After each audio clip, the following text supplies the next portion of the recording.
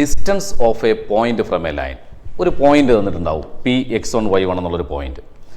അതിൽ നിന്ന് ഒരു ലൈനിലേക്കുള്ള ഡിസ്റ്റൻസ്, ആ ലൈനിൻ്റെ ഇക്വേഷനും ഒരു general form ax + by + c = 0 തന്നിട്ടുണ്ടാവും. അപ്പോൾ അത് ഇങ്ങനെയാണ്: the shortest distance of a point Px1y1 from the line ax + by + c = 0 is d = ഇത് മോഡുലസ് വാല്യൂ ആണ്. മോഡുലസ് എന്ന് പറഞ്ഞാൽ absolute value. Modulus of ax1 + by1 + c divided by √a² + b². Okay, അപ്പം ഈ ഡിസ്റ്റൻസ് എന്ന് പറയുന്നത് shortest distance ആണ്. അതുകൊണ്ടാണ് അവിടെ ഒരു വേർഡ് അങ്ങനെ യൂസ് ചെയ്തിട്ടുള്ളത് കേട്ടോ. ഇത് ഈ പോയിന്റിൽ നിന്ന് ഡിസ്റ്റൻസ് ഇങ്ങനെ ചരിച്ചുമൊക്കെ വരയ്ക്കാം. പക്ഷേ ഷോർട്ടസ്റ്റ് ഡിസ്റ്റൻസ് എന്ന് പറയുന്നത് എപ്പോഴും പെർപെൻഡിക്കുലർ ഡിസ്റ്റൻസ് ആയിരിക്കും.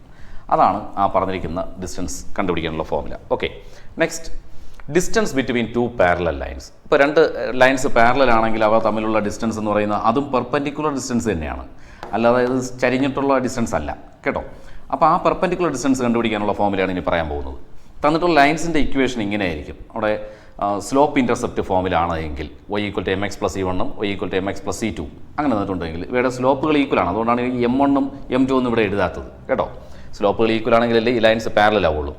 അപ്പോൾ distance between two parallel lines y = mx + c1 and y = mx + c2 is d = c2 - c1 divided by √1 + m². ഇവിടെയും മോഡുലസ് ഓഫ് എടുക്കണം. അത് അബ്സൊല്യൂട്ട് വാല്യൂ, അതായത് അകത്ത് പോസിറ്റീവ് വന്നാലും നെഗറ്റീവ് വന്നാലും പോസിറ്റീവായിട്ട് എടുക്കണം. കാരണം ഡിസ്റ്റൻസ് അല്ലേ, അതൊരു പോസിറ്റീവ് ക്വാണ്ടിറ്റി ആയിരിക്കണം.